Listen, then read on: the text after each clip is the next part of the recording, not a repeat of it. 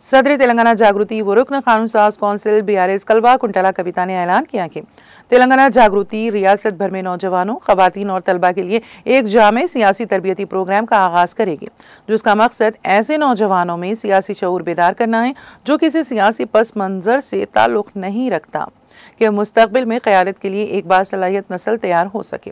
कविता ने अपनी रिहायशगाह पर तेलंगाना जागृति की इस तरबियती पहल के खुसूस में लीडर पोस्टर्स की रस्मी इजरा अंजाम दी। इस मौके पर खिताब करते हुए कविता ने कहा कि साफ सुथरी और बाउसूल सियासत को यकीनी बनाने के लिए नौजवानों की मौसर शिराकतदारी ज़रूरी है। उन्होंने कहा कि तेलंगाना रियासत अपनी इनकलाबी रूह और इस्तफसारात पर मुबनी रवायात के लिए मशहूर है और यही जज्बा आइंदा नस्लों में मुंतकिल करना हमारी इज्तिमाई जिम्मेदारी है। इसी मकसद के साथ तेलंगाना जागृति हर माह 3 रोज़ा सियासी तरबियती सेशंस का इनेकाद अमल में लाएगी। पहला सेशन जुलाई में हैदराबाद में शुरू होगा, जिसके बाद अगस्त से ये सेशंस रियासत के मुख्तलिफ अजला में माहाना बुनियादों पर जारी रहेंगे। उन्होंने तलबा, नौजवानों और खवातीन से इस तरबियती प्रोग्राम में बढ़ चढ़ कर हिस्सा लेने की अपील की। कविता ने बताया कि इन सेशंस में अवामी नुमाइंदों जैसा कि सरपंच से लेकर रुकन पार्लियामेंट तक की जिम्मेदारियों, अवामी मसाइल की निशानदही और उनके हल के तरीक़े और तरक्याती फ़ंड से मुतालिक मौसर हिकमत अमली पर मुबनी मौज़ूआत पर तरबियत दी जाएगी।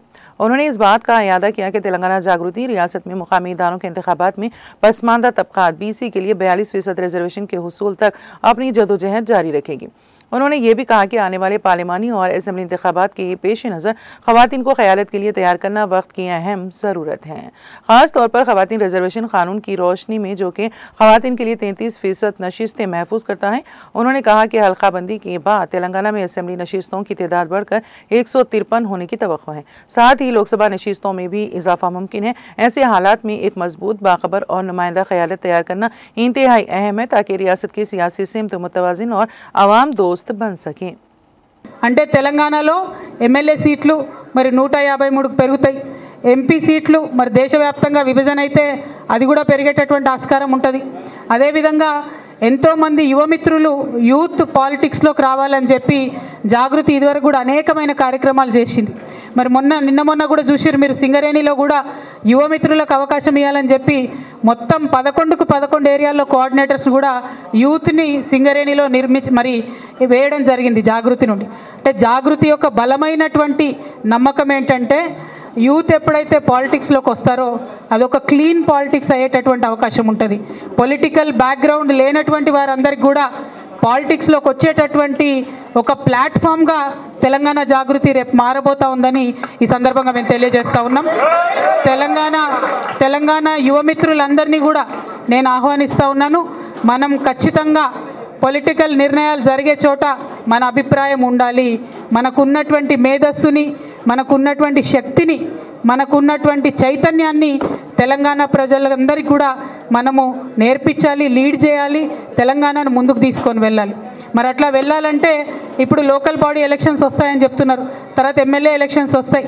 వీటన్నిటిలో కూడా మనందరికీ తెలుసు, చాలామంది ఎక్కడనో హైదరాబాద్లో ఉంటారు, సడన్గా సర్పంచ్ ఎన్నికలు అనగానే ఊరికొచ్చి నామినేషన్ వేసేస్తారు। కానీ సర్పంచ్ ఏం చేయాలి, సర్పంచ్ విధులేంటిది, సర్పంచ్ బాధ్యతలు ఏంటిది, ఆయనకు ఎంతవరకు అవకాశం ఉంటుంది, ఏం చేసే ఆస్కారం ఉంటుంది అన్నది చాలామందికి తెలియదు। మేము ఎంపీగా ఉన్నప్పుడు, ఎమ్మెల్యేలుగా ఉన్నప్పుడు చూస్తూ వచ్చినాం, ఎమ్మెల్సీగా ఇప్పుడు కూడా నేను చూస్తున్నా। ఏదన్నా ఒక ఊర్లో ఫీల్డ్ అసిస్టెంట్ గట్టోడు ఉన్నాడు అనుకో, సర్పంచ్ది ఏం నడవనటువంటి పరిస్థితి ఇలా చూస్తున్నాం మన ఊర్లలో। చాలామంది మిత్రులకు సర్పంచ్ అయితే ఏం చేయాలనో తెలియదు, సర్పంచ్ కావాలంతే, లొల్లి, పంచాయతీ, కొట్లాట, పైసలు ఖర్చు పెట్టాలి, ఎలక్షన్ గెలవాలి। కానీ గెలిచినాక మరి ఊరికి కావాల్సిన పని ఎట్లా చేయాలి అది అర్థం కాదు। ఇగో లీడర్ అనే ప్రోగ్రాం అదే చెప్తుంది, సర్పంచ్ బాధ్యతలు ఏంటిది,